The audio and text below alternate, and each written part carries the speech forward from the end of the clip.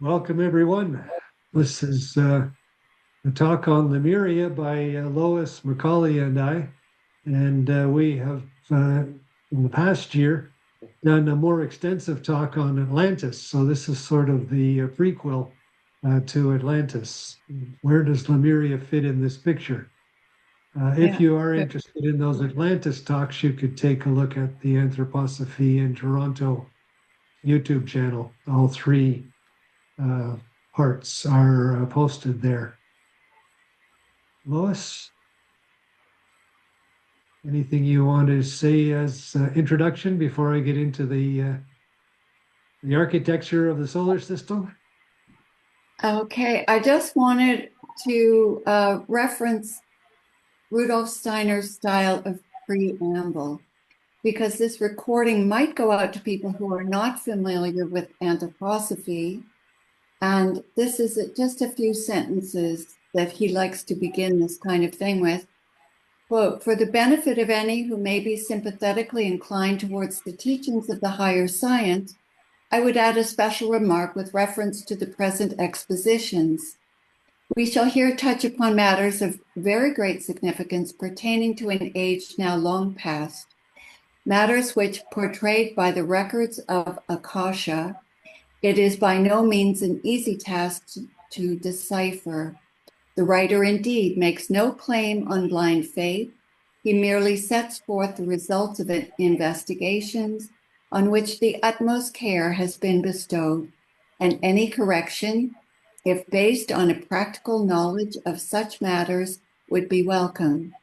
The signs of the times are such as to impress him with a sense of duty, nay, urgency, in making known these events in the evolution of mankind." That was his specific preamble for Lemuria. Over to you, Grant. Thanks, Lois. So as I mentioned before the recording started, this is going to be a very casual presentation in which we welcome interruptions. So my sympathies to those of you that want a structured lesson from the front of the class. This is going to be much more casual and perhaps even interactive. I don't think I need to introduce myself, but if you're curious, I'm the president of the Anthroposophy in Toronto group, and I'm on the, lots of things. Let's not introduce me. I'd like to... You're on the board of just about everything anthroposophical this side of the 49th parallel. Seems like it, that's right. I'm retired and much busier than I used to be now that I'm an anthroposophy slave. So happy to be doing these things. We're going to be talking about Lemuria, and I know that most of you, this next slide will be of little value because you're all well versed in this, but for those of you that may find it useful, and certainly for future viewers, I want to place Lemuria as a time period in its anthroposophical context. So I will share a very exciting slide.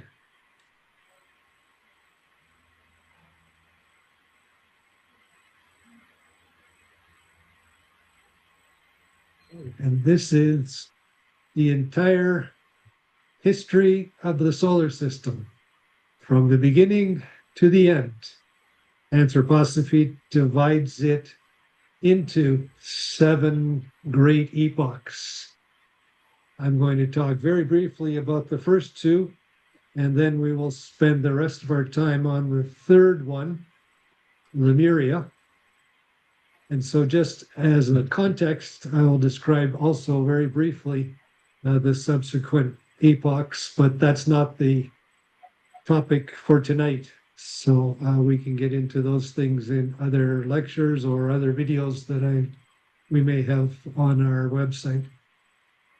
So if we divide the entire history of the solar system from the very beginning, in which astrophysicists will tell us there was a cloud of dust.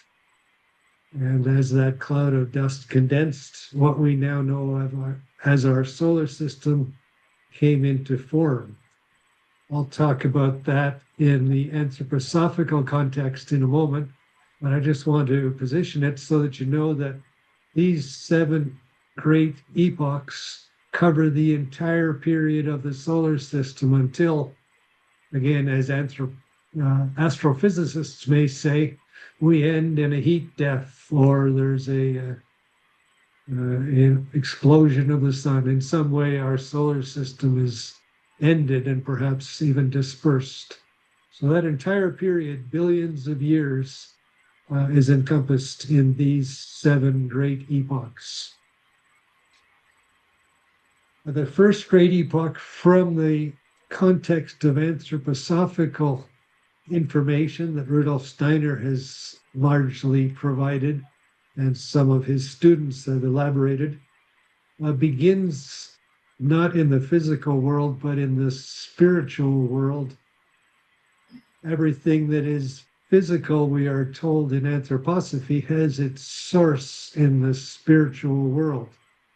And so in the very beginning of this solar system, and it is possible to talk about earlier solar systems, but starting in the beginning of this solar system, a group of spiritual beings came together with the project of producing this solar system. As its first inkling of physical materiality appeared, it had already undergone a substantial amount of development in the spiritual world. What we call the astral and the etheric had appeared and been worked on. The higher planes beyond the astral had appeared and been worked on. And finally, we can say that as is said in Genesis, for instance, the world came into existence, but not the Earth, but the entire solar system. So Steiner describes the first physical element of a solar system as being even less than dust or liquid or gas, but in fact warmth. The warmth appears in an area, and the continued work of the spiritual beings bring in the other elements of the physical solar system. So we will, in very early times, have something that could be described in a similar way to the astrophysicists' dust cloud. We will have a cloud of matter, and that matter is largely undifferentiated. Well, over a period of time, that matter begins to differentiate and concentrate the same way that we're told you can show the picture of a solar system by putting a drop of oil in a glass of water and spinning it, and the center condenses into the sun and small droplets disperse out. But who's doing the spinning in anthroposophy? It is the spiritual beings in the spiritual world that are doing this work. So in the first Polarian division of the entire life of the solar system, the Polaris epoch, we have the sun forming out of this mass of undifferentiated material. The sun forms. So that's acceptable to astronomers. We now have a solar system. There's a sun in it. As that vast period of time comes to a close, we have the beginning of the Hyperborean period, in which other influences are placed on this material. And some of the material of the sun is dispersed outwards. In other words, the planets start to appear. And during the Hyperborean period, the planets begin to appear. Steiner even gives us the sequence in which they appear and the reason in which they appear, the spiritual purpose of each planet. So it could be interesting, but we're focusing particularly on Lemuria now. Lemuria is a spot on Earth. During Hyperborea, Earth is one of those planets that appears in the solar system. Interestingly, Steiner uses the turn of phrase that would throw astronomers. He says, from the context of someone standing on Earth, the sun departs. So the separation is occurring, and if we were standing on Earth, we would see the sun moving away from us. And what does that look like? Well, of course, the Earth is nothing like it is today, so we wouldn't be standing on the Earth. But that's the beginning of the Lemurian epoch, when the Earth has departed from the sun, or the sun has departed from the Earth. We call the next great epoch Lemurian. This is just the Earth, not our very well-known satellite, just the Earth. It's a bit bigger than the Earth is now in terms of mass, but Lemuria is now a spot on the newly created Earth. Would say it's a continent. We have some history even in the earlier two epochs, Steiner tells us. But of course, we were nothing like the human beings that we are now. In fact, Steiner tells us that we really weren't like the human beings we are now until partway through Atlantis, when we began to walk on the earth in the way that we do today. So Lemuria is going to be strange, and certainly if we tried to imagine what form we were in Hyperborea, when the planets are departing from the sun, or in Polaris, when there are no planets, we are all contained in the celestial body of the sun. We clearly have completely different environment and makeup. And in fact, in those two periods, we had no physicality. We were just a spiritual group. We were a group that would become us, the humans, but we weren't individuals that had a karmic history. We weren't physical beings even. We were astral beings initially, and then eventually astral and etheric beings. But not until the earth is separated from the sun do we begin to have any component that we would be able to consider physical. What did we look like in the early Lemurian epoch? Steiner gave us a diagram. This is before you could really say we're human, but we are on the road to being human. Steiner gave us this diagram. Whoop, I'm going to have to go out and turn it and then come back in. Apologies.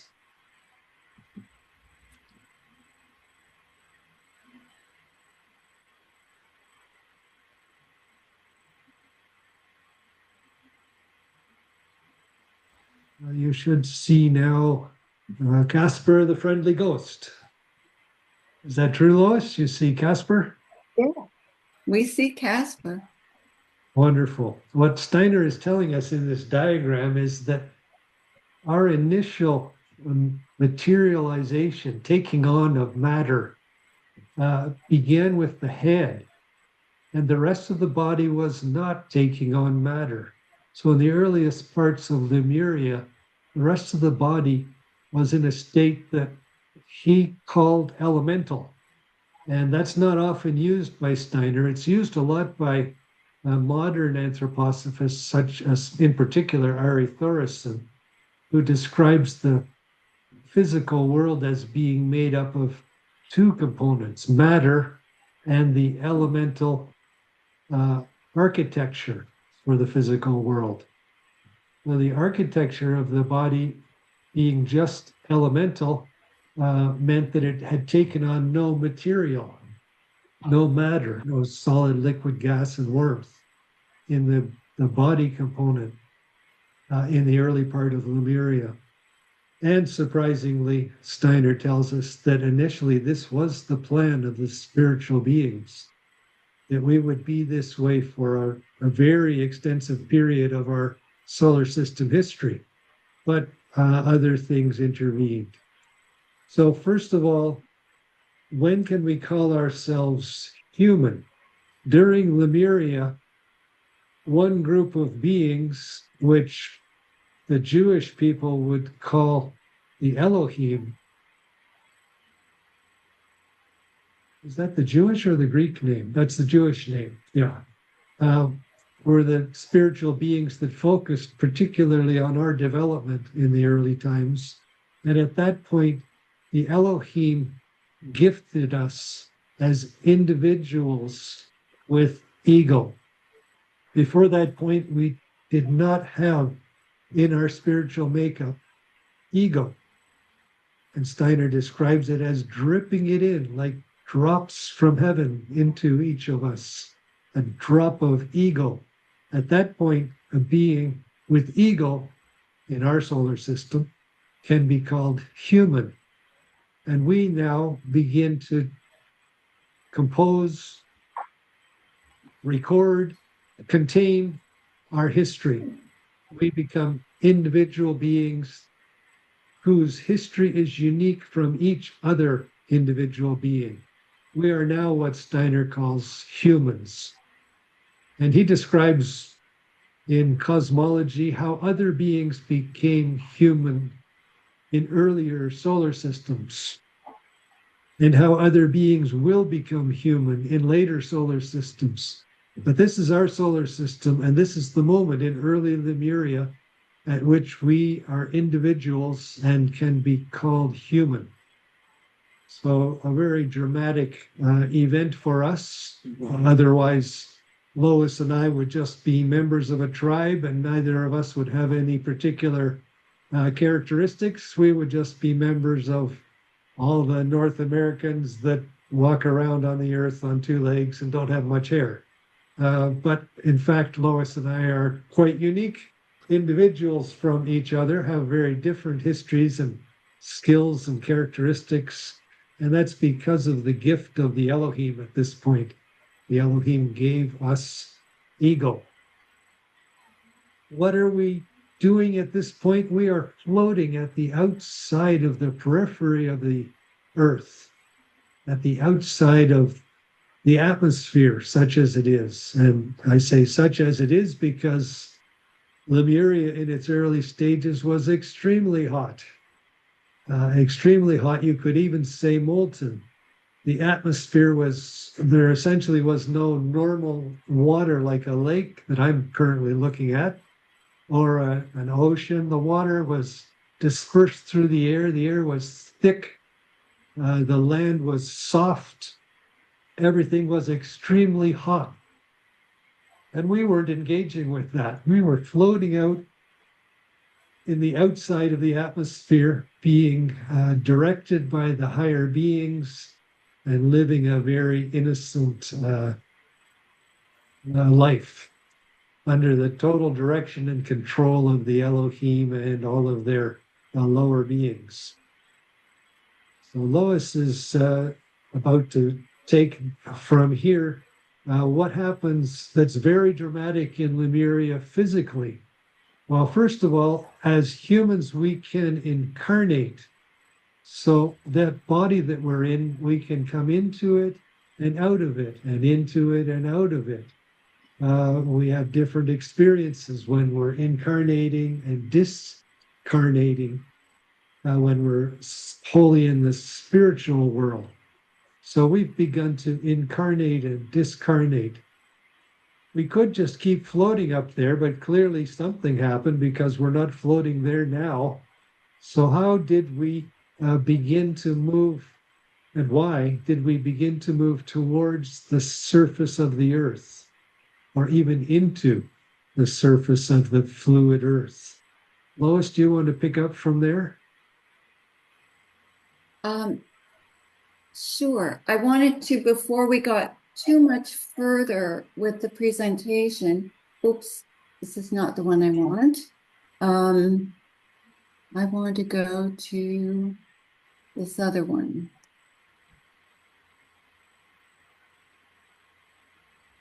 I wanted to just show, Grant gave a wonderful picture of the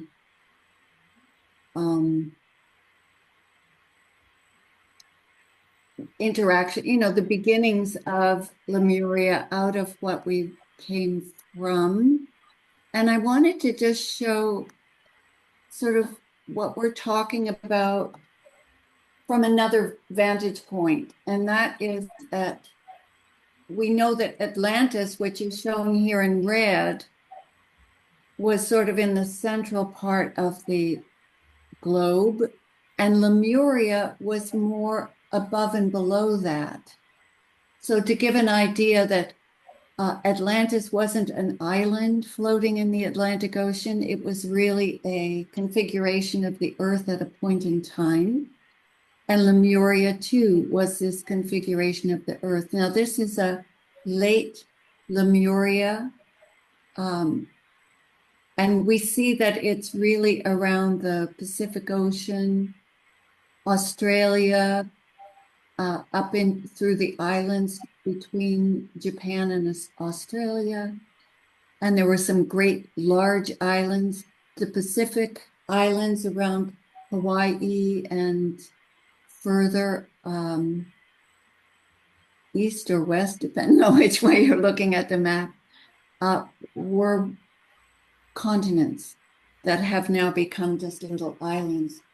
So just to get an idea of where Lemuria is, and this is what Grant was speaking about, this molten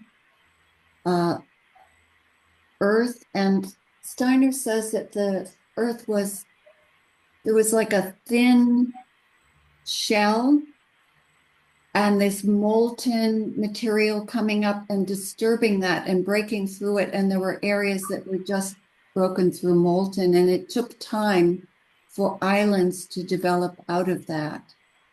And the habitations would have to move frequently because of volcanoes. They would have to find another place to be. So there was this tremendous upheaval, and the air he called fire air. So the heat that Grant is speaking about is all embracing. You've got fire air, then you've got an element of mud below where the earth is dissolved. The minerals that erupt up get dissolved into a very acidic, sulfuric layer. So the minerals are all dissolved in a mud. There's a thicker mud and then a thinner watery mud and then a fire air. So we've got a very, very different environment. And as now, Grant, I'll start this and maybe you could jump in. The humans on Lemuria received their soul later. That was what happened during this era, that this wonderful description of the soul entering the body and reincarnation entering happened during the development of Lemuria. But these ancient Lemurian bodies were just astral body, etheric body, and this gelatinous physical body, not very firm, or I think he talks about cartilage with jelly around. Yeah, much later. Go ahead, Grant. Much later, yeah. Some of this you've jumped in to the end of Lemuria. I'd like to more carefully take the step from the place I left off and then bring you back in with some of these. The idea that the soul is joining is quite appropriate, as you've said here, but some of the descriptions of the bodies are pretty advanced for this stage of the story. So if you want to, I wouldn't go there yet. Okay, this is sort of the early bodies as I saw it. So no, you go ahead and take it. So stop sharing for a moment. The artistic imaginations of a modern person that you find so enjoyable are rather distracting. if we want to get this picture accurate in our minds. So I'll go back to the very boring picture of mine just to keep it current. I've got quotes to back me up, Grant. Yeah, no He question. say we were, We just have but go ahead. we just have to put them in context. So Okay. initially, as Lois was saying, the fire air is part of the atmosphere, and these bodies are, or even this head, if we only look at the physical part, doesn't at all look like a modern head in any way. But part of the difference relates to the fire air. We actually have an opening at the top in which the heat can penetrate, can be breathed in and out. So we're not a being that contains its own heat yet either. Um, but we are still, as I called it, Casper the Ghost, floating out there. It has no relevance to what we are now. So how do we get from there to some of the pictures that Lois was showing us in the liquid environment to the example of, well, I'll get to those. How do we get from there to here, where we walk on the ground and sit on chairs? That's largely the influence of one spiritual being, the being that we call Lucifer. Lucifer has enticed us in the early Lemuria to take on more materialism, to move away from the plan of the Elohim. And as we take on more material, we are approaching a state that can't float in the air. So we begin to move lower into this heavy, thick atmosphere, eventually moving down to the surface of the earth. But as we're doing that, our incarnations and discarnations are becoming difficult. Lucifer is taking us somewhere that the Elohim had not intended. These bodies that we are developing with Lucifer's influence are not agreeable to incarnation and discarnation, even though we might say they're so ethereal and so will o' the wisp, they're still physical. And we're having difficulty. I say we because this is the beginning of each of our history. We're having difficulty incarnating into these gradually densifying bodies. So at some point, it becomes clear that we cannot incarnate into a body, that very few of us are strong enough to incarnate into a body. In the Bible, this is described as two people only who can take on a physical body, Adam and Eve. Whether it's that extreme or not, the spiritual beings who see this happening determine that humans cannot develop on the earth if this is allowed to continue unabated. And so they take an extremely dramatic step. I told you that when it departed from the moon, the earth was larger than it is now. It had more mass. And in fact, where did that mass go? The higher beings took it out of the earth and placed it rotating around the earth. In other words, the higher beings created the moon and removed it from the earth. And some say the Great Basin of the Pacific is the remnants of that separation. But the way Steiner diagrams it and describes it, in particular, one of his students, Gunther Wachsmuth, diagrams it, it's a gradual toffee-like extraction. It isn't a scoop that comes down, takes up a bunch of stuff, throws it out in space and forms it in a ball. Nothing at all like that. What Steiner describes with his clairvoyant investigation is more like a separation of an amoeba.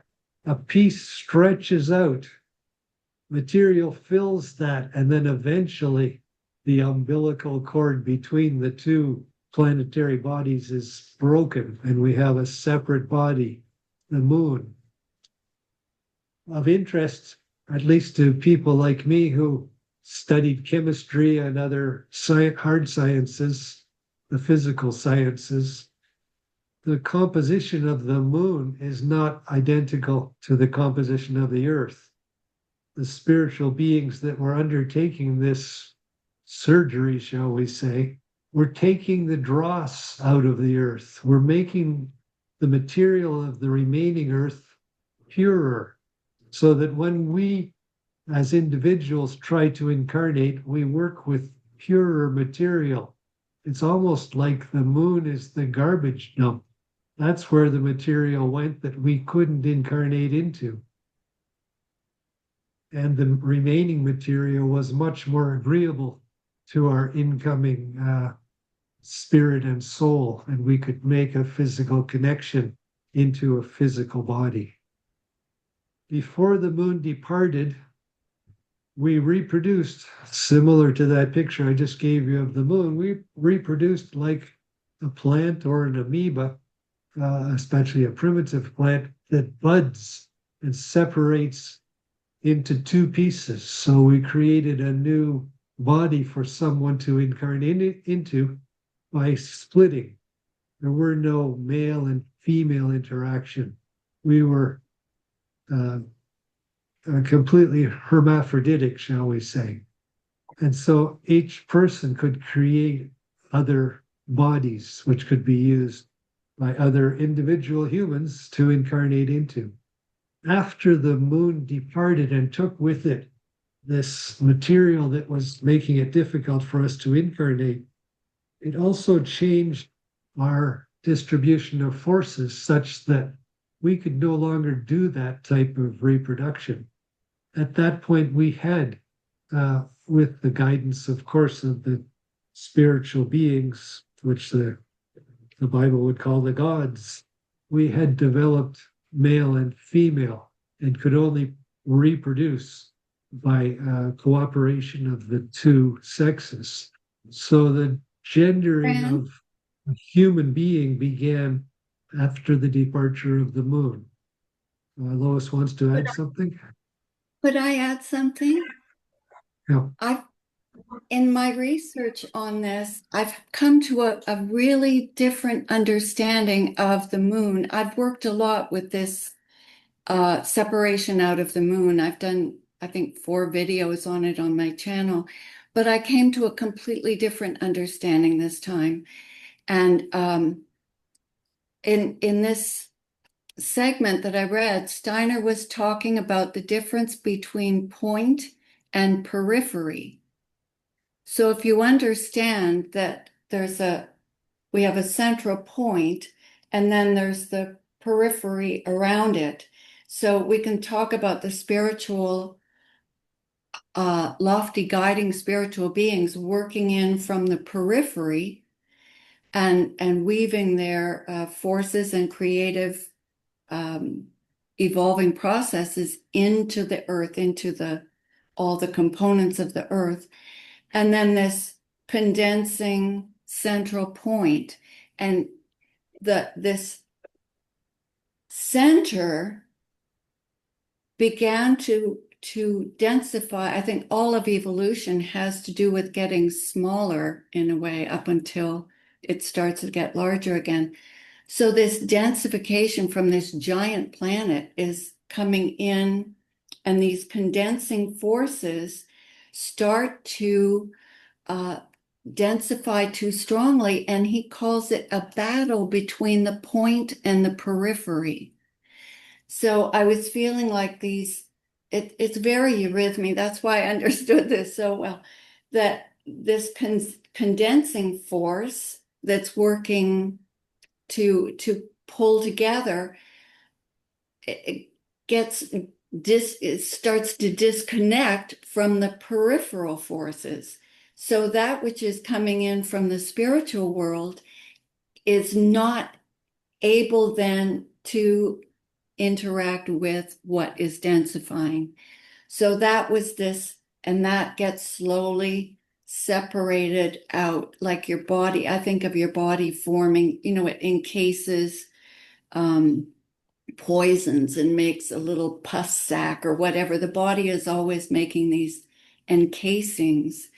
And Steiner gave a diagram of the planet and then this circle off center that was then just like the body ejects things that are um, not working well for it, that are unhealthy.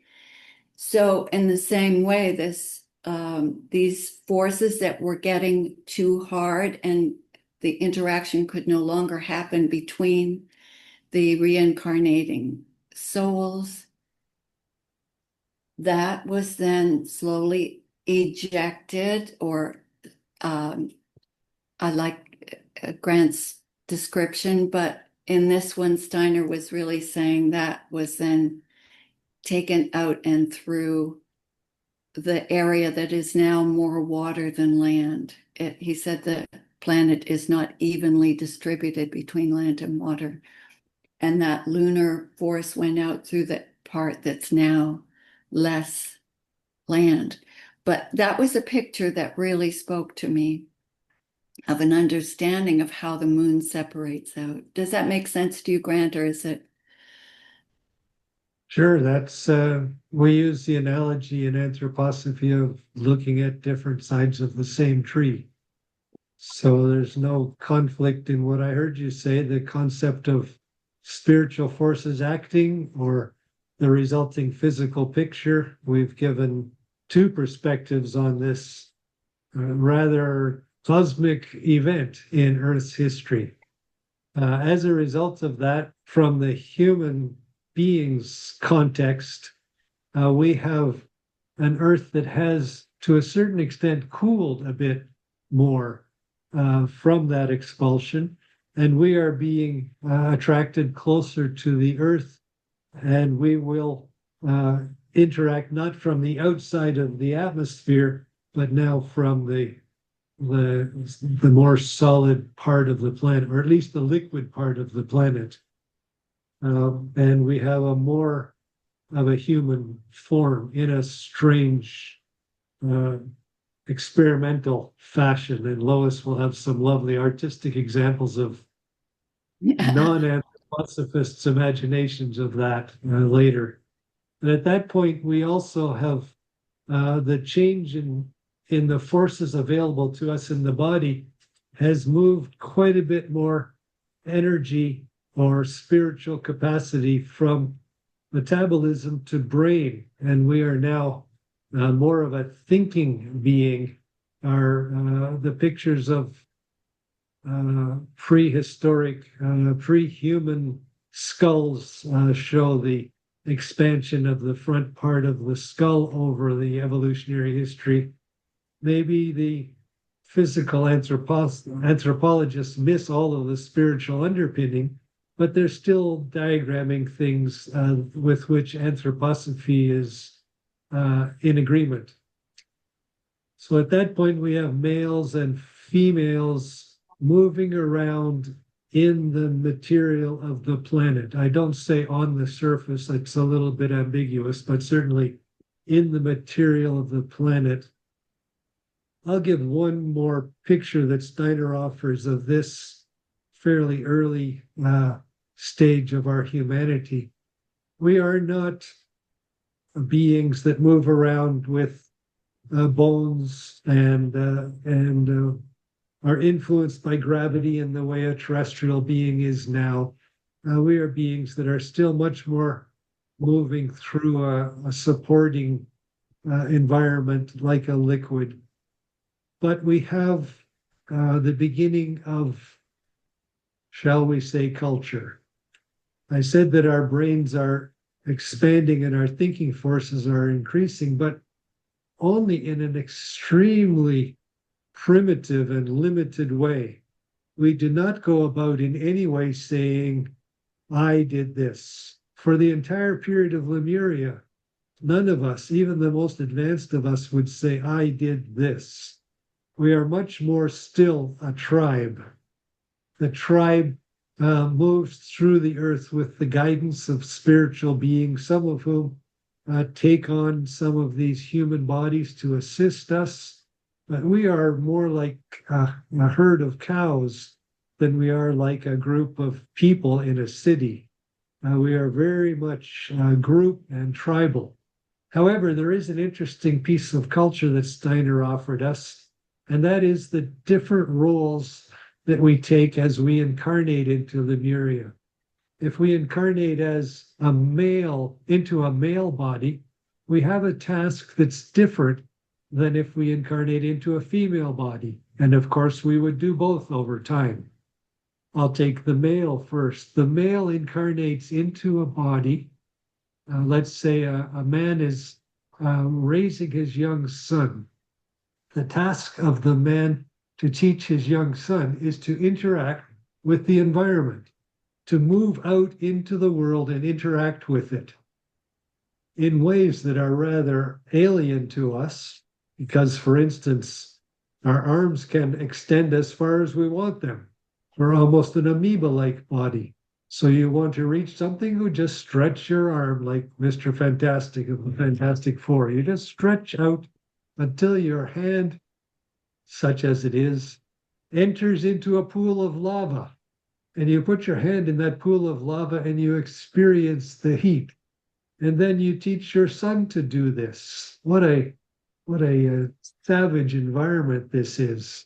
But that was the task of the men in the community, was to move out into the environment and interact with it, to recognize the physical world in a very unconscious way, but to interact with the physical world and the limitations of the physical world, which are so different than the etheric, the astral, and the higher spiritual worlds that we had resided in and continue to reside in between incarnations.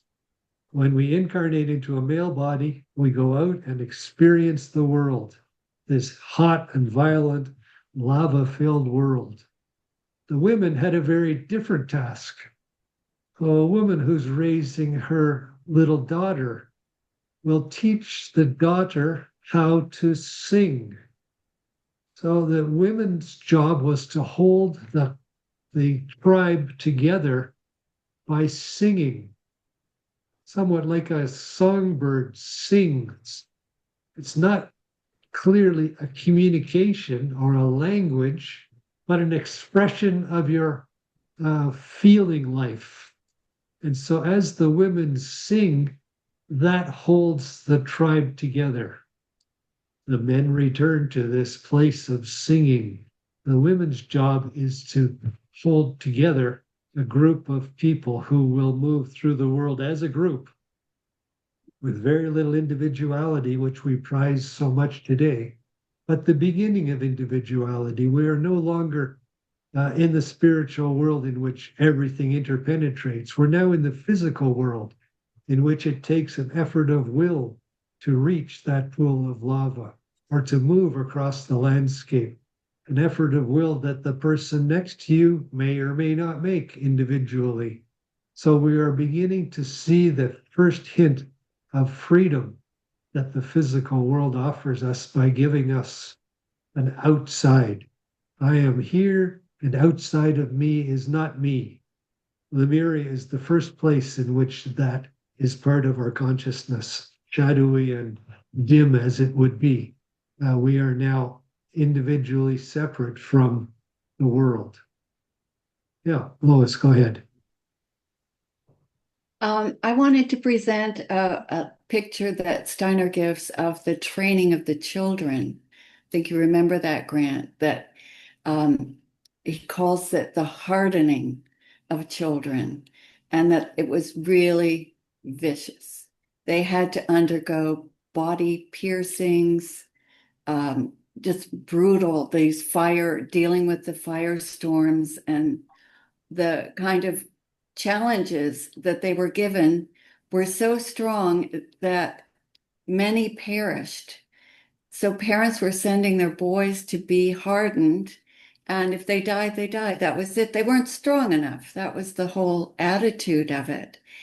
And then the girls, so the boys were hardened and they were really strong. And they prized the will above everything. the will was the force that they greatly admired and fostered. That was what they could do. And the Lemurians were really masters of their will.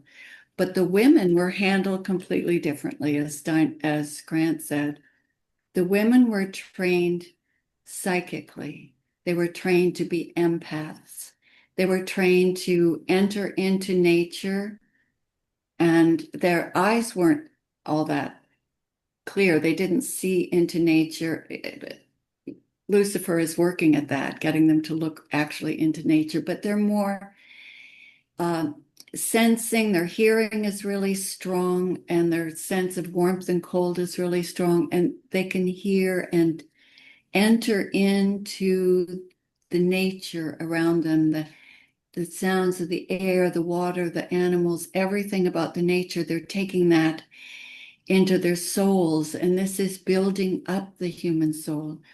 And the women were singing more. They were communicating telepathically. Steiner says it was a kind of thought reading, and the sounds that they made were reactions to things they were experiencing. I would think sort of more vowel sounds and not words.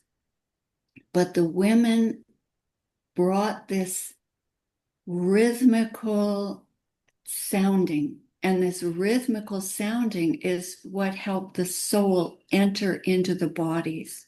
And they were being guided in this, of course, by higher beings, in particular, the Venusian beings, the spirits of personality, were working very closely with the Lemurians. But the women were being trained to I think you'd call it these days, chant.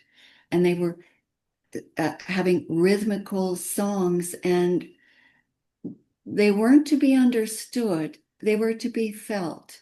And in feeling this rhythmical singing, the humans were forming their soul.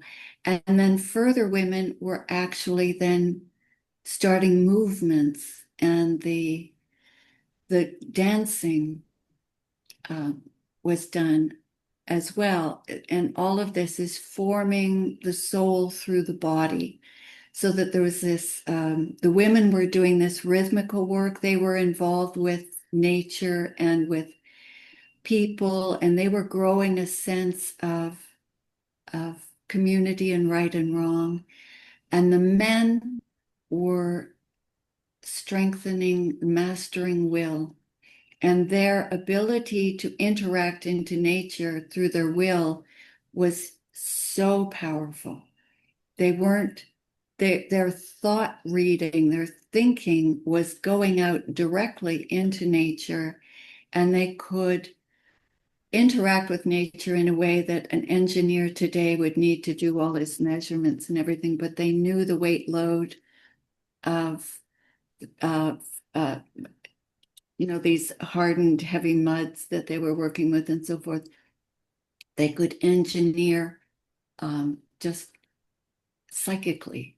They just felt and knew, and their ability to interact with nature through the will Steiner says we have never had it since, that this will, the magic power of the will was so powerful. So this strengthening was to make men that strong. And if they weren't that strong, it was okay. That little boy would just perish and they didn't measure up. So I thought that was sort of an interesting picture. Back to you, Grant.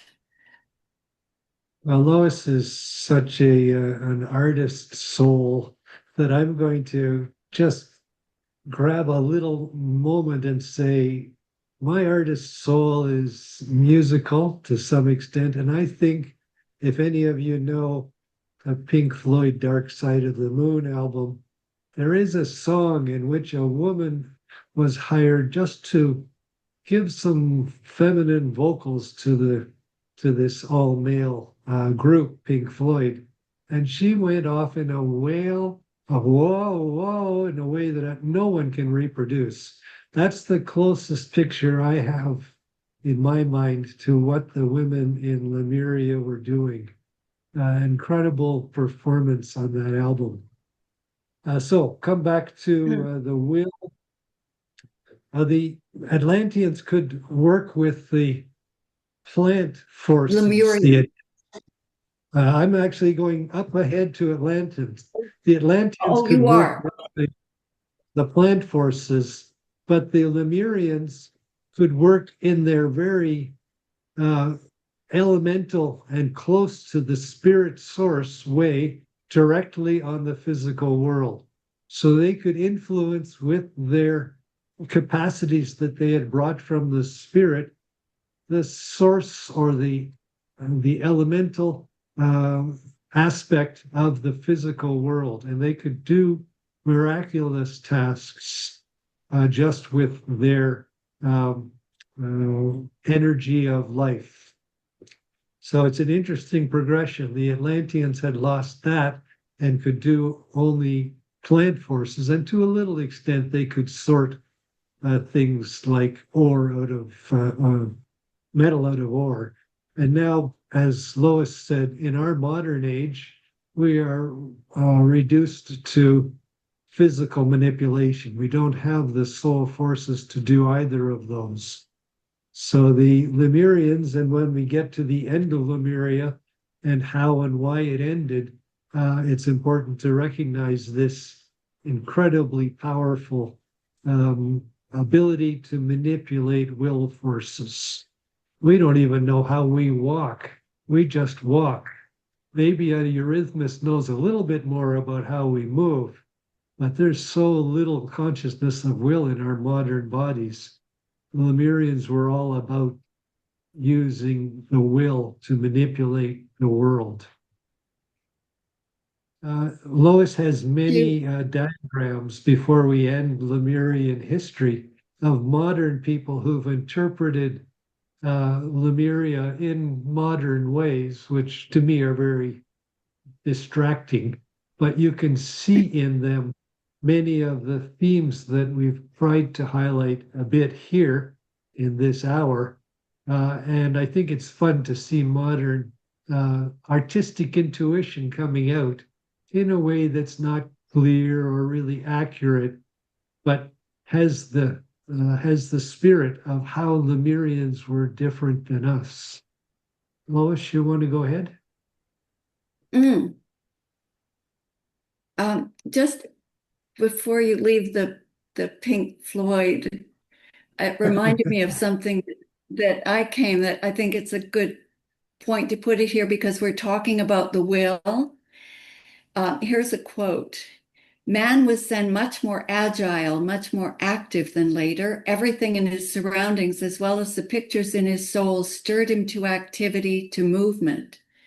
Now, when his activity unhindered had free play, he experienced a sensation of well-being.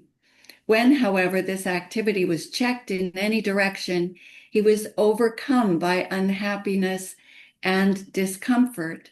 The absence or presence of opposition to his will determined the content of his life of feeling, his pleasure, and his pain. And I have to say, this reminded me of a teenager at the wheel of a car. When you're going forward, everything is good. When it stops up, they just can't handle it. So I thought that was it ties in with the will. This element of will wants to move. So that was very much present in the men of Lemuria. Keep me on the road. Okay, shall I try this, Grant? Do you Yep. do you Go want to ahead and share some trace of your your fun share images. Yeah. Oh, do I need to stop first? around? Last time you just bumped me out. Gone. Oh, oops. Let's see if I can do that again. Okay, I'm going to go back and just scoot through this. We got the lands, we got this You want to go to molten. play? So if you go to play, you'll get the whole screen and we can see it better. Okay, Yeah, there we thanks. go. So we're not going to go to the end of Lemuria yet, but these early Lemurian bodies they couldn't, especially when their soul hasn't really formed yet, they were moved about by higher beings that entered into the bodies and moved them around. They were sort of helpless in their surroundings. So there is an interplay, and Steiner says, of the Venus beings to move the humans. Not all of them. I think the Venus beings work. He separates that they were separated then, the more advanced and the less advanced. I think that is a theme throughout our development, that we have the more and less advanced. But I like this anthroposophical drawing because you see these sort of the animal forms on one level, and then these humans that aren't entirely incarnated, and these spirit beings are working through them. I find this kind of diagram is more helpful when we're giving these kind of presentations. The moon separating out of the earth was said to be, and if you look at the Maui diagram, it is a Hawaiian story, whether it's true or not. There's a myth in the island of Maui. There was a being named Maui who that gave the island his name and helped. You can see in the heart of this head torso form is the Haleakala crater, where it was the myth of Hawaii, that the moon was then removed through there. And this is Haleakala crater, where the moon was said to come out. And yes, there actually are that many stars there. I'm here in Toronto, and last night all I saw was one satellite. That was the residences, because the earth, now this is much harder, I think, than we would have seen. It would have been more like mud, densified mud, clay, that out of the sides of the densifying islands in Lemuria, that the inhabitants did not build houses. They went into the caves and fitted them out. They were quite ingenious, says Steiner, at fitting out the caves into their dwellings. And also they had to move frequently because a volcano could erupt and they had to go off and find a quieter place. It wasn't until later that islands densified enough to really start to build more of a civilization where they could then evolve well enough to be able to build structures. And the structures were not their homes. These were their places, their temples, and the places where the children were hardened and so forth. And they became, he said, quite ingenious at building these structures.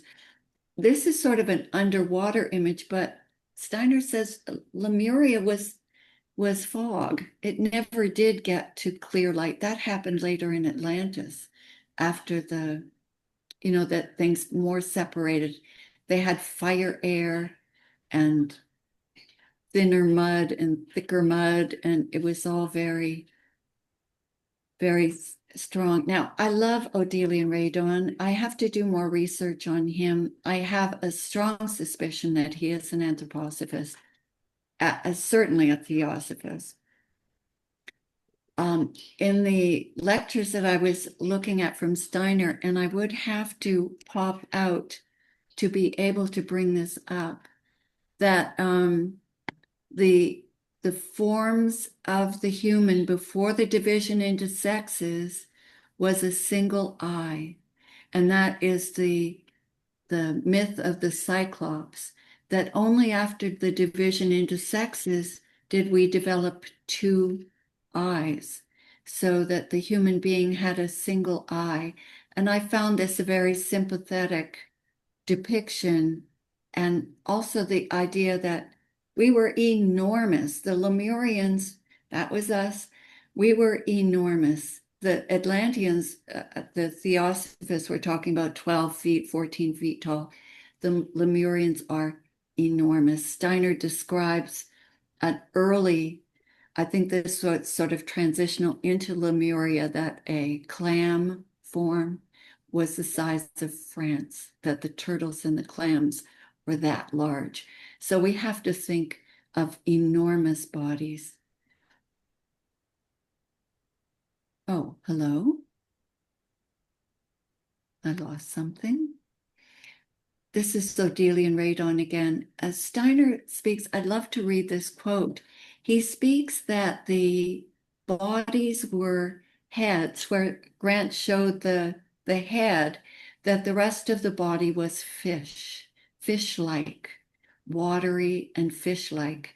So this is a depiction. So clearly, Odelia and Radon has worked with these ideas that he spoke about this like female hair coming off of these sort of fish forms and the head and then the fish body. Very strange. I will read that just so that you get. This is Ray Caesar. I find him quite phenomenal because Steiner speaks about jellyfish forms and he has these thick, dense worlds of his imagination, and this person is interacting, obviously telepathically speaking, with this form that has, you could say, a head shape, starting rudiments of a mind, and the rest of the body watery. Steiner says you can't believe how these actually look. This is a being, and I would think this would be more of a guiding spirit breathing out these forms.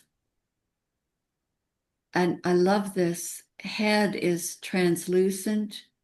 And he talked about the Atlanteans with encephalitic heads, but the Lemurians were really sort of head and fish. I love these creatures that are in this environment, not quite formed, ethereal, but taking forms that he seems to find pleasure in creating. The Lemuria is a recapitulation of the moon uh, uh, incarnation of our planet system, ancient Saturn, ancient sun, ancient moon. And orchids have to do with ancient moon. And I found this a really lovely depiction of a not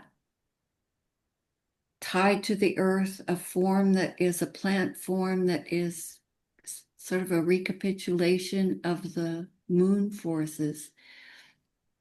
There are all of these interesting shapes and forms in this work of Ray Caesar, who is so sensitive, he cannot appear at his art openings. He is so psychic that he cannot expose himself to regular human beings. So that gives you a little indication of his grasp of things. I I love this. This is a formation, a mythical formation. I think we are in this sort of mythical era. Grant is probably squirming in his chair, but I love this conception of a head form. The eyes were very large. Steiner is pointing out these very large eyes in his creatures, and the body just goes off into fluidic formations. Very high fantasy. Fishmen. We have in our mythology and in our decorative arts in particular, these references in the decorative arts to all of these things. And over the last 10 years, and for sure, and maybe 15 years, the decorative arts have been stripped out of our architecture. We used to live with all of these formations around us, and I have lots of them here in plaster and so forth, of green men, peeking out through the plant world with their wonderful beards and mustaches going off into plant forms. This keeps active in us, this imagination and connection to prehistory, because in a way, time is all one. It's there. Now, this is a contemporary take on what an Atlantean might look like. This is very modern. So the bodies are far more formed. This would be very late. Lemuria into Atlantis, but I love this. This was an artist trying to picture a Lemurian person, and this idea of the fish, a head that is scaled but translucent at the same time, that we're cartilage and plasma. He speaks of plasma, plastic forms, and the bodies that have this sort of fish. I think this is a valid thing on mythological levels, which are astral planes. These evolutions, I believe, continue from the beings that were living there. In the astral world, there are developmental forms of all of these periods. Here's another artist's idea of what a Lemurian might look like. Of course, the face is contemporary. It would never be that. But this idea of a brain slowly forming, and Steiner gives a wonderful picture that to me is eurythmy again. We have a form called the harmonious eight, where a lemniscate is slowly turned up and in and develops an inside and outside. And Steiner says that with the extraction of the moon and the return to further development, that instead of being a body that separates out or dissolves into the earth, and the moon in the earth is fructifying new body forms coming up that then beings can come into, that it's really more the moon organic within the earth forming these. I have a few wonderful quotes about that. That this turning inward, when this to divide into sexes, the soul was entirely turned to the outside. Lemurians could not think. They were just willfully or psychically working in the outer world. And then this division happened, that the soul separated slowly, that part of it was working on the outside and part of it was working on the inside. And I get that point in periphery. And in the harmonious eight, you go around in a periphery, and then you come around and you circle on the inside. You circle the point.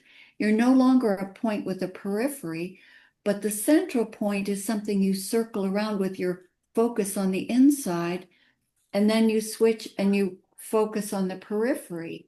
And then on the other lobe, you focus on the center of the circle and then to the periphery. So we've created a container in the middle in which the mind can form, so that we are not all turned to the outward, we're turned inward, and the mind can form and the soul can articulate, but we lose the ability to reproduce ourselves.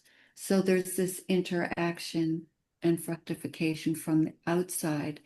And I see in this slowly forming of the inner brain, that this would have to be a slow process of something. If we forget about the face in the middle being so clear, but this soul, and the soul, when the Lemuria was very plastic before this hardening center process, the soul was able to impress itself into the materials that were there. So it had like this, the soul is both male and female. So it had this both male, female form, this uh, single um, soul form that then when it separated out, it became this duality, this male and female. And he speaks that when the uh, soul separates out and turns inward, that's when the two eyes form, that two parts of the soul, two eyes. And before that, we are single-eyed. This is a beautiful story that Steiner tells about that the earth is mud, there's earth mud, and then there's more watery mud, and then there's fire air.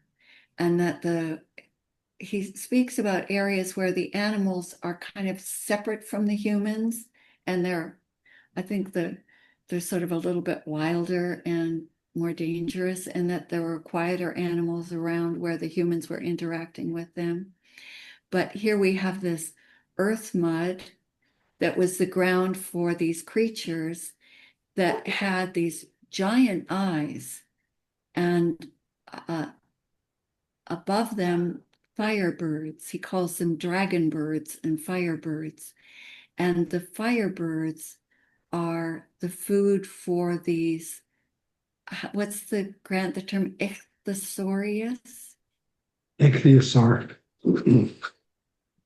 Ichthyosaurus. Ichthyosaurus, that they were eating the firebirds. The firebirds were the ichthyosauruses had luminous eyes. Their eyes were beaming out and they were enormous. And the firebirds were attracted to, this is from skeletal remains, that this, you see the size of the eyes, and they had like a shark teeth and heavy scaled body, a fin, a flat tail, and these enormous eyes. And the firebirds got their pleasure from flying into the mouth of the ichthyosauruses as their food, that was their pleasure. But the poor ichthyosaurus, having this fire being go into him, it burned his inside and it gave him horrible indigestion and ended up being the undoing of that creature, that these firebirds kept jumping into him, and they ended up uh, going extinct. And here we have another creature that is more like a whale. I've got the name in my notes that I can't see while I'm here. I'll run to the notes in a moment. But the scientists are working from skeletal remains, and the animals at this period were denser than the humans. They densified too soon, and they had heavy, heavy scales that the Steiner is describing, that the scientists and our lovely museums aren't putting scales on these creatures. And when they do photos of them, I didn't even show it because they show these creatures swimming in clear water, but they weren't. They had heavy scales in mud, and their heads would pop out of this watery mud, and they'd walking on thicker mud. And he said they were filthy, dirty, muddy, cloddy guys. And the firebirds he speaks about these creatures as well as the human beings at that time being so sound sensitive that the slightest, they didn't even have to be a noise, a change in a vibration in the air, a change in the weather atmosphere, they would hear it. So that there was a tremendous sensitivity. And you see the ears are out in these opening wings, and bats still retain that the bats are very sound sensitive. So this is a little more like a dragon bird, and he called them dragon birds. Uh, we have artifacts that come down to us through the primitive nations and through memories of these periods where the animals were transitioning from fish to the hardening earth. They're developing feet. And Steiner says that the fins were actually so thick that the fins were almost like feet. And there's all of this. He said the animals changed more rapidly than the humans. Just a few generations later, the form would have changed tremendously. So we have these lovely primitive artifacts of um, creatures that are transitioning from this water, earth, mud to feet. And then they get reptilian. The lemurs give the land their name. And then again, we have these enormous eyes. The fog is thick. So the eyes are geared to seeing light and darkness more than seeing clear outline. That was our lovely interaction of Lucifer to bring us more into seeing the outside world and developing some independence from these Venus beings and the hierarchical beings that were working into us. These are actual creatures today. There's a single eye at the top of the head of this fish form. And there are very strange fishes in the deep Pacific Ocean, um, uh, underwater. You know, there are these great caves that go down under the water, something like Moravian, I forget the name, but I've got it on my mind is not so good. This is a little creature that exists today with a smiley little face, and you can see the size of a little flower pot beside him. I just think that there are always some little tie-overs, and this might be one of them. Now, cringeworthy, really, really cringeworthy. I'm sorry to all my die-in-the-wool anthroposophists, but something has happened since around the 1950s. Steiner did not speak about dinosaurs. And remember how dinosaurs were all of a sudden everywhere. Everyone's children had to be taken to the museum to see dinosaur bones and pictures of dinosaurs. And then the toys became this kind of thing, these sort of dinosaur scale creatures. And I don't know. I've put beside this creature that could have been a human, advanced human being developed through the intervention of a Venusian being. Venusian beings are beautiful. They are really beautiful. So a beautiful being sliding into, actually entering into the body to lead humanity. It wasn't all of them. These were special individuals who were guides and leaders of the tribes. I like the fantasy of it. Um, and the idea that a large part of the humanity, a third of the humanity, became animal-like, and it was hard to tell the difference between the animal and the human. And between Lemuria and Atlantis, we've got these dinosaurs forming, these dinosaur forms. I think they're more fish-like in the Lemurian period and get a little more this transition. Things don't just bump at the end and then it's something else. That the land creatures start to come out, and these great dinosaurs were a problem for the Atlanteans. They had difficulties with these huge dinosaurs that were troubling their communities. I like the idea of the fact that there's some kind of cosmic memory coming through as far as this Lemurian period.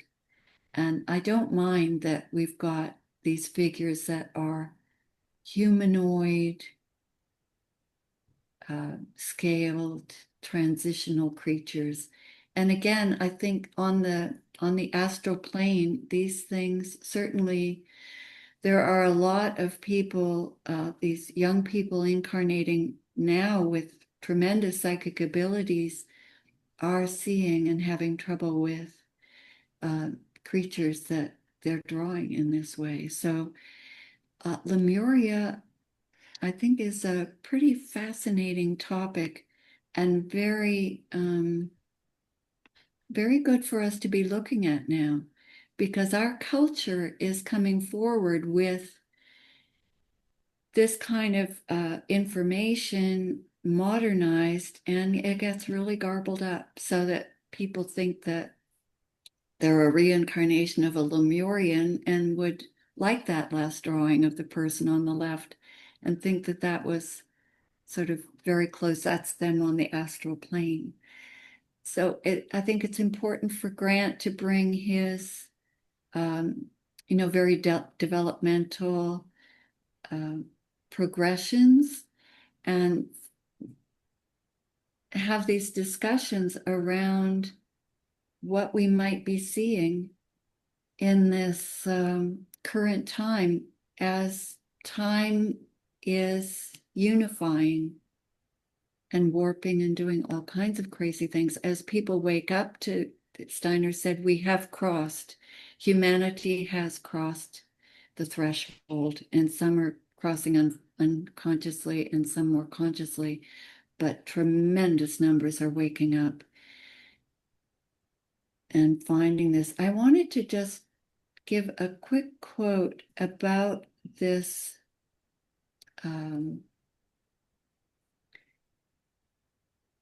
strange form that humans hear, the Cyclops form of the Lemurians. Quote, just as before the impression of a sympathetic psychic influence was connected in the individual soul with a bright color picture, so did it now become a brilliant light impression from outside. So this is the developmental of the soul, moving from not being able to see in the outside world to gradually. The soul began to perceive in colors the objects surrounding it. This was in conjunction with the development of new organs of sight. At its previous stages, the body had one eye, which does not exist today, by means of which it vaguely sensed the light and the darkness. The legend of the Cyclops with one eye is a reminiscence of this state. The two eyes developed when the soul began to associate the external light impressions more intimately with its own life, and thus was lost the capacity of perception of the surrounding astral world. The soul became more and more like a mirror of the outer world, the latter being replaced within it as an image, being reproduced within it as an image, and simultaneously with this, the separation of the sexes appeared. On the one hand, the human body became capable of fecundation only by another human being, while on the other hand, there developed in the body soul organs, the nervous system, by which the sense impressions of the outer world were reflected in the soul, thereby preparing the way for the mind or thinking principle in the human body.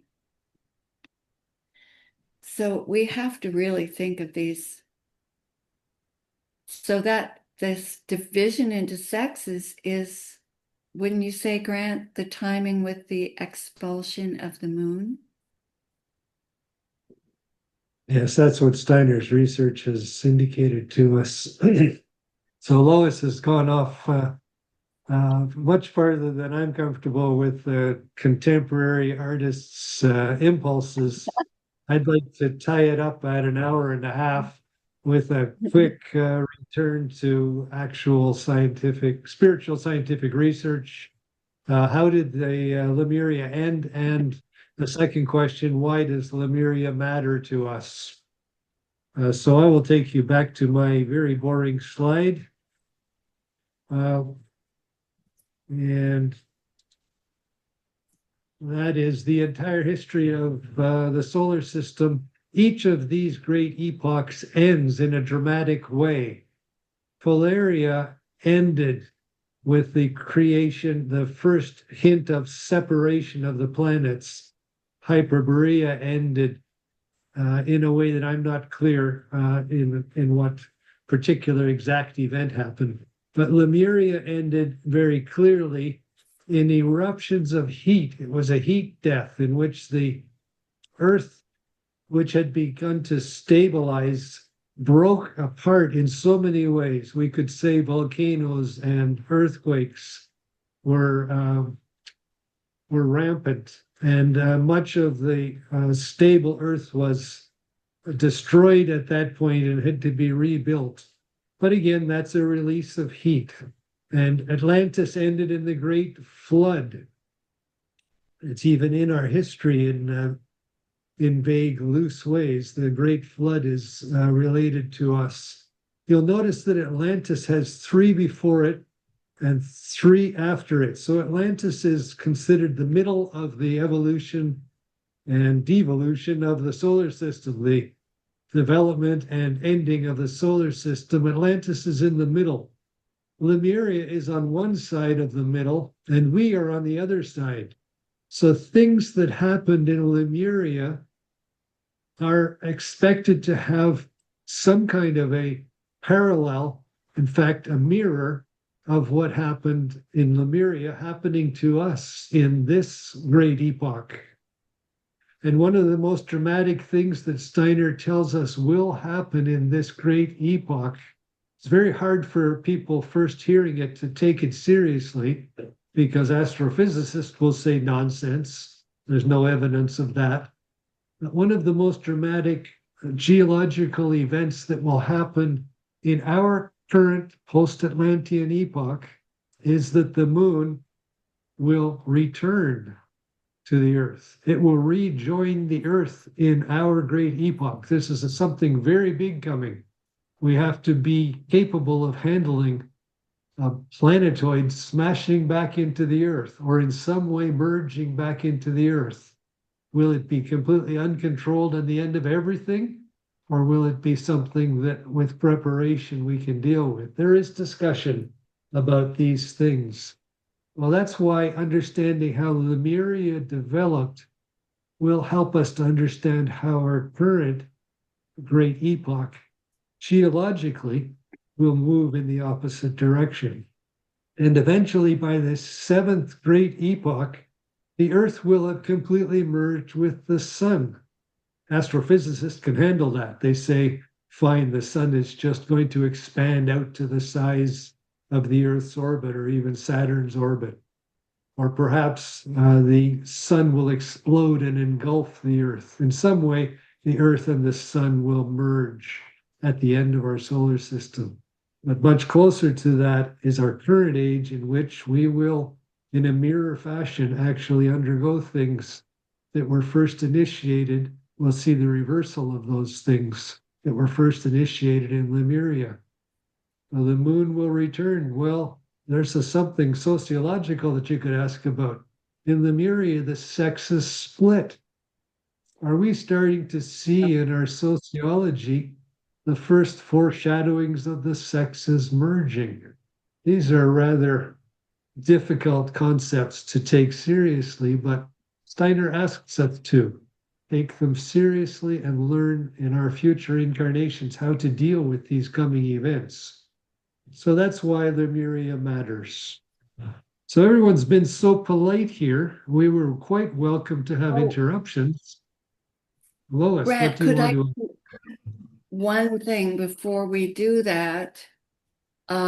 This ending of Lemuria. Remember, the ending of Atlantis was from black magicians that were pushing technology too far. This is a quote. The fire layer is the foundation of the other layers. The will of the Lemurian people, which was still very strong at that time, was still able to magically influence this fire layer. The surging movements of the earth were still connected with the will of man. This is why the Lemurian continent was destroyed by the fire layer. People had sunk too low, especially in late Lemuria. Fearful aberrations had spread, and so these destructive impulses of will affected the fire layer. Lemuria, like Sodom and Gomorrah, perished in a fire catastrophe combined with earthquakes and volcanic eruptions. So he is placing the destruction of Lemuria in the hands of the human beings who had gone too far. Thanks, Lois. Much more dramatic than my quiet, everything exploded and descended. So we have given you an outline from Steiner's research and from modern artistic sensibilities of the influences of Lemuria. Are there any thoughts, comments, questions? We don't want to keep everyone here forever, but I'm happy to wait until you've had your say if there's anything you want to add or ask.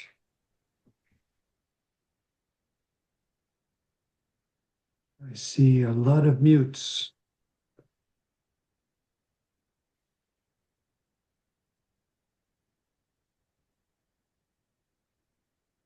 Okay, I counted to 12. Either people are shy enough that they can't ask it, or we were so comprehensive that you understand it all. Except Judith is unmuted. Please go ahead. Well, I came in late. I messed up my timing and I feel terrible, but I'm glad that I came at all. So thank you. But I'm feeling so human. That's all I can really say. That seeing this evolution and wondering just the the human being not having a physical body anymore. This is part of our evolving into the 10th hierarchy, all of this. And so I'm trying to not like being human so much and trying to embrace, these concepts of how we're all evolving because it's quite overwhelming, really. Yeah, it's So I quite just important. wanted to share. Yeah, what you're adding is why is it relevant now? We are being asked to take steps away from the incarnation that we have done so deeply.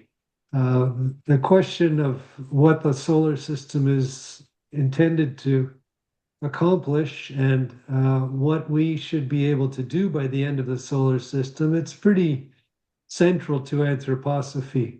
But I don't want to go deeply into that in a Lemuria talk. When I do cosmology, I appreciate being given 7 sessions. Then I can cover cosmology a little bit of depth. So let's keep the focus on Lemuria if we can for now.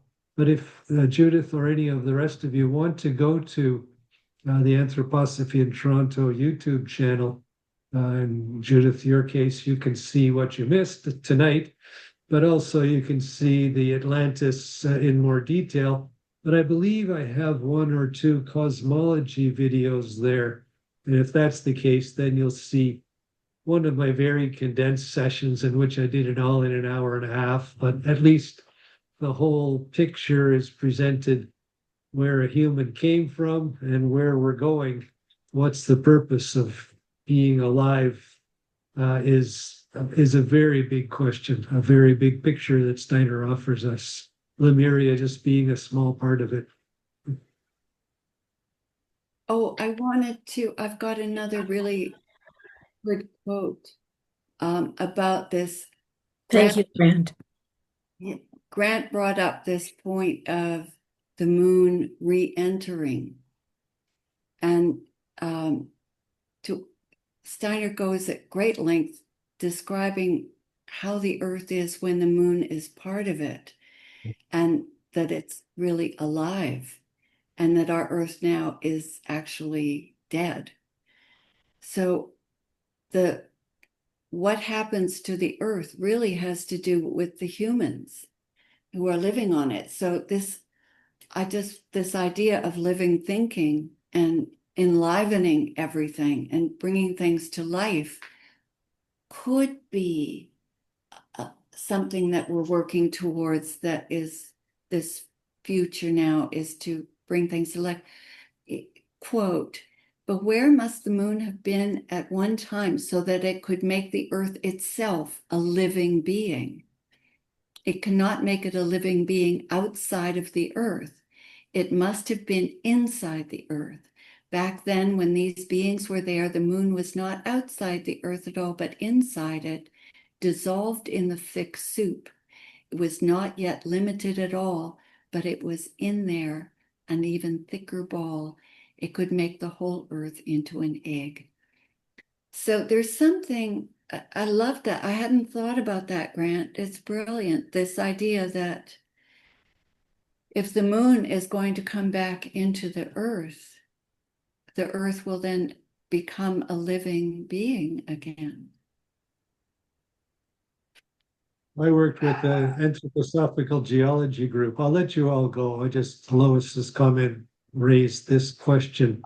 And we're all approaching it very scientifically. Most of us have scientific background, probably all of us. And the anthroposophical geology group is quite serious about questions like, what was the Earth like when it was still alive? What happened in the Earth during early Lemuria that caused the veins of gold and silver to freeze in the place they are now? Those kind of questions can be as mundane as, how are the rocks held together today and why are they that way now? There's some very profound questions in this picture from almost every side of the tree. So I appreciate you raising that concept again, Lois. I'd like to let you go. It's 8:43 in Toronto. Judith has one more comment. Please do. I one more. I want to just question this some because with Christ's sacrifice and the blood coming into the earth, and I think it gave life to the planet. Good point. Yes, absolutely. And, A planet that was hardening and becoming less spiritual. Steiner gives the dramatic phrase, the turning point of time. The turning point yes. of all time in this solar system was the moment at which the blood of Christ entered the earth. There are so many profound concepts in anthroposophy. Everything connects. That's why I, as a scientifically trained person, love anthroposophy. Everything holds together. There are concepts that the mundane scientists can't address or take seriously, but when they're introduced, they hold together. And this whole concept of spiritual science is very real to me and can be pursued scientifically. These are not just nice stories that we tell other people who like to hear them. These are actual scientific investigations with profound spiritual connections. That's so true. I have to awaken and strengthen my scientific capacities because I don't want to use the word mystified because I'm more grounded than that, but sometimes I'm confused. I'll just say sometimes I get confused. Of course, if we were all initiates, this would be much easier, but we wouldn't be on this Yeah. Zoom call if any of us were initiates. So we Yeah. all have Thanks, to, Dad. I feel to take better. the step. Thank you. Yes, indeed. We But none had of a us seem voice to be for you. New Agers either. I'll just override Lois for a minute and express my sort of contrast with the New Age, which is a lot of nice stories and good feelings. So the spiritual science is not at all nice stories and good feelings. It's scientific investigation into spiritual connections in the world. Sorry, go ahead, Lois. We had another raised hand. Ah, well, that person is hidden. Ah, yes, it's me? No, I'm not. Oh, LY, please, LY, go ahead. Hi, Laura. Can you hear me? Hi, Laura. Yeah, Can and you? your Oh, dog. yeah. Okay. Sorry about that. Um, I had a question for Lois about the harmonious eight. And so did I hear it right that the eyes developed so that one looks inward and the other looks outward? Oh, the soul develops so that one looks inward and one looks outward, was how Steiner put it. But actually, it is true that the left eye receives and the right eye streams out. Left eye streams in, right eye streams out. Yeah.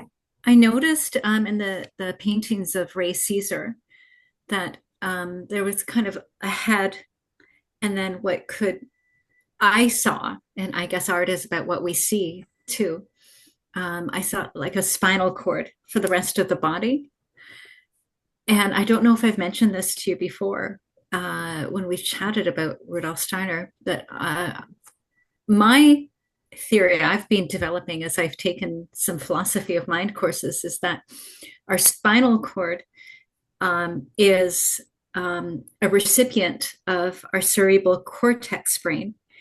And we know that it has a gray matter and a white matter. And so, yeah, that's giving more to think about. All of these concepts and is consciousness in the cerebral cortex um, giving instructions to our body. And when we have a disconnect between the two, is that the basis of some of our physical and psychological problems, which we could talk I'll about give you forever. something else Yeah, I to think just wanted about to on that mention that. one, Laura. As I bring in science every chance I get, another thing you could investigate that would give you this same progression and theme is the development of a fetus. The development of a That's fetus is very much the head, and then the spinal cord, and then the metabolism, and then the limbs. So that there's a phrase that Waldorf people have started to call their own, which is phylogeny recapitulates ontogeny recapitulates phylogeny, meaning if you look at the development of a fetus, you see the development of the human body through evolutionary times. So you see the fish stage and you see the floating head stage before that, and eventually you see the being that is still not capable of walking on the earth but has limbs. So that is quite interesting. And there's lots of material in anthroposophy, mostly secondary authors, about fetal development and how it teaches us things about the history of human beings. So And there are two different uh, types of cells, is that right? The cells for the brain and the cells for the body?